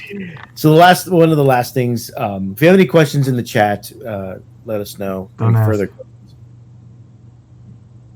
So when our store closed, the owner sibling took a lot of the stuff with it that was in the store. Didn't take any of the books or any of the novels. Novels, yes. So I took them all for whatever. I was planning to give them out for our tournament, which may not happen. Still waiting on that. Because they were just going to throw them away anyways. Yeah, well, yeah, they would have just thrown them away because whatever was left in the store when they told us to come to get our stuff was going to get tossed. Yeah. So for those that don't know that joined us late, we are having the Patreon contest for Patreon members only, and they're going to be getting the Adomitus box set. Patreon Facebook members only, because Patreon doesn't allow you to do raffles. Members so it's the Facebook group. They just happen to be the same people who are in the Patreon. So they'll be put into a drawing to win a box set. Hey. So hopefully, unlike the last contest, it's not in Australia. Because that's going to cost a lot more. It'll probably cost as much as a box. Same. Nah. Costs like $30. So what are you going to do with the books? What's your brilliant idea? So for the books, what I want to do, because there's a lot of books. So, and I don't really check the iTunes or any of the reviews, things like that, as much as I used to. So if you leave a review for the show, it can be on iTunes, it can be on Spotify, any of the channels that we're on. Take a picture of that review, send it to me, and along at TFG Radio Podcast at gmail.com. In the subject, put in book club, and I'll send you a book, basically. Simple as that. I have a lot of books. Do they get to choose their book, or is it just sort of luck of the draw? Here's a book. You can choose. I can't. I'd have to look and see what I have. You can choose your book. You can choose which setting, if you, because I do have some Age of Sigmar books. If you want, I don't think I have any Horus Heresy books, but I do have 40K books. I may have a Blood Bowl book. What? There's some omnibus in there. I think there's Blood Bowl literature. There is. There's at least that seems like the antithesis of Blood Bowl. I can't even get it out without laughing. So, please tell me it's an orc team and they all talk with the Scottish Highlander accents. Hopefully, it's a good review. But if you put a review, just let us know. Send a picture, and if you want it from a certain setting, Age of Sigmar, Blood Bowl, or 40K. Let me know. All negative reviews automatically get Age of Sigmar books. Not the Blood Bowl book. You only got one of them. If you want a certain book, you can ask. I can look. I don't have a list. I kind of like grab them and put them all in a box just to get them out of there. So I don't really know what exactly books I have off the top of my head. But just leave a review, get a book. Not that hard. Don't have to worry about postage or anything like that. So just something mainly to get rid of the books and to get reviews, I guess. We'll pay for the shipping. By we, I mean I. It's not a big deal. Yeah. Well, as the only person with access to the Patreon money, you will pay for shipping, yes. Yes. One less Sabo or Sabo88 wants to know what Dark Eldar did so wrong, and the answer to that is everything. I'm assuming Venom spam. I'm assuming kidnapping Vulcan's people from his planet. Why has it always got to go back to Vulcan? Because Vulcan's Space Marines are best Space Marines. I'm almost positive, like most things with GW, someone who has direct control over rules played against something and got their feelings hurt. And we're like, you know what, man, fuck you. I'm just going to go over here. Venom span, touch somebody in their no-no spot at GW headquarters. Well, that's all they do.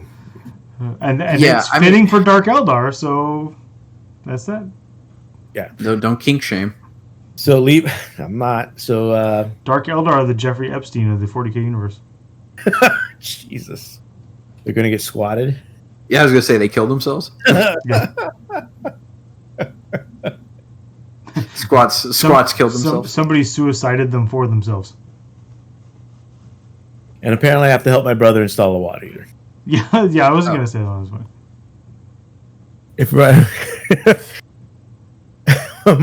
You know what? I was almost thinking of getting the new 40K journal and actually using it. Wait, what? Yeah, you know how they have that 40K. They made that 40K journal. No, they have one for Age of Sigmar also. What are you talking about? It's a journal where you keep track of your battles. Oh, I have one for Age of Sigmar because I think I got it the last Hammer of Wrath as like a door prize. If you're gonna do that, isn't it just called a notebook?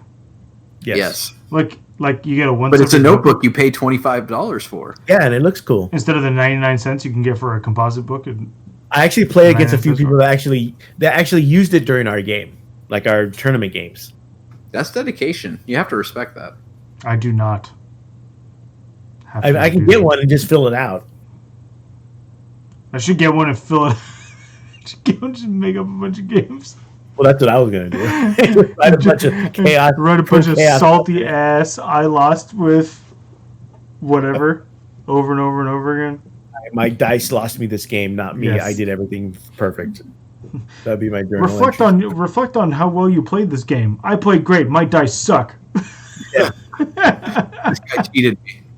I don't know how he cheated me. Be like the Phil Hellmuth of 40K. If this game weren't random, I'd win every time. Yeah. So yeah, just give us a review and get a book. Easy as that. Simple as that. Cool. Not that hard. TFG Radio Podcast at gmail.com. Subject line book club. Then you get a book. Ooh, I could just write "fuck Eldar" repeatedly throughout the entire book. That's a good idea. That's a good idea, Dice Hammer TV. You would have done that anyway. I probably would have. I don't think I needed that inspiration. I'm surprised you're not doing that now, just on a random piece of paper. Well, you don't see what the inside of the closet looks like that my computer's in. Oh my god! Scrawled on the door, the side that nobody can see with red Sharpie. That'd be funny. What was that? What was that show that was in Handmaid's Tale, where they had scratched into the wall? So instead of being something great in Latin, mine's just fuck Eldar. No lite bastardes cardoronero. That's right. Nope, that's not that book. So yeah. The book was good. The first season of the show was good, but the second season was. I haven't read the sequel to Handmaid's Tale yet, just because part of me is like, I don't know why there needs to be a sequel to the book. So it just feels like a money grab. Because it got popular, so it needed a sequel. And that's what we do in the 21st century. The same reason I haven't read the Hunger Games prequel. Yeah, I have that sitting over there, and Natalie was like, we ordered it, and Natalie's like, okay, we need to read it together. I'm like, okay, what do you mean by read it together? Like, I'll read it and you read it? And she's like, no, we should read it out loud together. And I'm like, so neither of us is ever reading this book. Wow. I sometimes feel sorry. Something doing with a trip to Wyoming, man. Jesus. It's not going to be appropriate for the kids. We will listen to We will listen to books on Audible, but we have to find we listened to the Harry Potter books, all of them doing road trips. Okay. The last 2 summers. So what? Edwin and Eve aren't ready for Battle Royale and a Marxist critique of capitalism and social media. I mean, they're my kids. They probably get that already, anyways. And everyone plays Fortnite, so there's already the Battle Royale. Yeah, I mean, again, he'll actually probably like it more that way. It's like, oh shit, yeah. Did they get power ups? For those that don't know, Tom is working on our Eldar army. Speaking of Eldar, so we should have pictures of that up fairly soon. The progress. Only if he paints the gems. He's not going to paint the gems. I don't know why you let Tom paint the army. Because he volunteered for it. He just said it first. Would you paint the Eldar army? I absolutely would have painted the Eldar army. I love wraiths, and that army's got a ton of wraiths. All right, shit, okay. what am I going to say? All right. Although I'm still looking over there behind me, and I'm like, oh, I still got to finish Carlos's Harlequins. No. Yeah, you should probably do that first. Yeah, but there's a lot of good work done on the Harlequin, so it's not like any of us have an event to go to. No. That's very true. Yeah. So, John, you're working. What are you other than Harlequins? What are you working on for yourself? I do have my impulsors sitting over there needing to be built, so Okay. I will build Space Marine and Space Wolf stuff first chance I get. Danny, Tyranids, as always. So kind of in the corner there, I've got some Tyranids that literally this entire quarantine I've slowly been working on because I never have time to paint between work and kid being all the time and everything else. So, but once my Indominus box set gets here, I'm going to start working on those Necrons, right? Get the Sandy Crons. Yeah, get the Sandcrons going. Make I'll do that for my Indominus set of Necrons too, do the Sandcron stuff.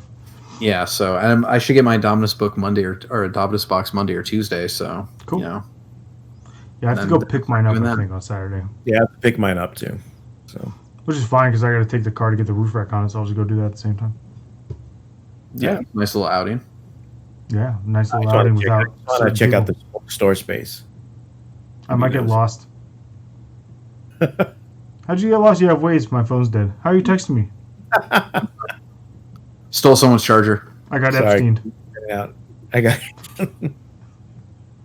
I'll be working on probably Chaos. Once I decide on a list, I'll know what to work on. I'll probably finish building the Defilers. Since I only need 2 now instead of 3. Yeah. We'll see. There's a lot of... once the points get updated in Battle Scribe, be a lot easier. Well, there's no fancy GW app, bro. Well, I'm doing it on Excel right now, so. Oh, you're giving me PTSD. Yeah. Still got to scratch that itch. Yeah, I mean, at least building lists. I haven't built lists in so long, and all of a sudden I'm like, oh, I should probably put together some Tyranid lists here. Well, I just started building lists this week. I'm just going to show up with stuff and hope it's the right points. Oh, so you're playing open play. Yeah, I'm just going to show up and be like, hey, this is my list. What is this stuff on the table? I'm sure this is a Flames of War game. Yeah. Nice. Yeah. Anything else? No, I think that's it for today. It's a pretty full episode. We'll be back next week, and we'll announce the winner of the Patreon Facebook group contest. And hopefully everyone will have played a couple games. Fingers crossed. I might try to get in a game with my brother. I will not be around for that show, FYI. Oh, okay, so it's already better. I mean, it's going to have way less clicks is all I'm saying. Okay. Keep telling yourself that. I will. Which means it's true because it's my narrative. And that's how it rolls in 2020. Whatever I want to be true is true. Danny, you were very talkative today. Any last words? Well, now I'm just tired and kind of sad that on Saturday I don't know if I'll actually get to play a game of 9th edition, like in person, which, makes me slightly morose. Yeah. But, Yeah, I mean, I know I won't. John, any last words since we won't probably talk to you for like a month on the air? Yeah, stop whining about something that hasn't been out yet. Perfect, right before something comes out. Hey, once you've played and it's been out and there's been some tournaments run with this thing, then you can have all the critiques you want. Well, thank you everybody for listening. Thank you everybody that joined us on chat today. Again, don't forget the book club show review. Put a review, get a book. TFG Radio Podcast at gmail.com. Subject book club. But that being said, everybody have fun with their new edition on Saturday. And good night, and have a pleasant tomorrow.